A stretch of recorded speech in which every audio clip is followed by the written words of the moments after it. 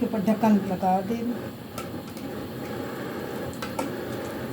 करीबन 15 से 20 मिनट। वैसे तो ये बहुत ज़्यादा टाइम है, लेकिन फिर भी मैं इसको टाइम दूंगी ताकि ये दोनों चीज़ें गल जाएं। और अब मैं इसके ऊपर ये ढक्कन दे रही हूँ। मैंने इसका ढक्कन उतार दिया है और आप लोगों को ये दिखा रही हूँ। ये पूरा का पूरा ये पक चुका है और ऊपर ये देखें ये तेल नज़र आ रहा है।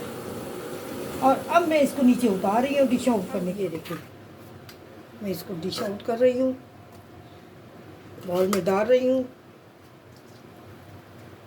इसकी कितनी भीनी भीनी खुशबू आ रही है। आप भी अपने घर में ट्राई करें।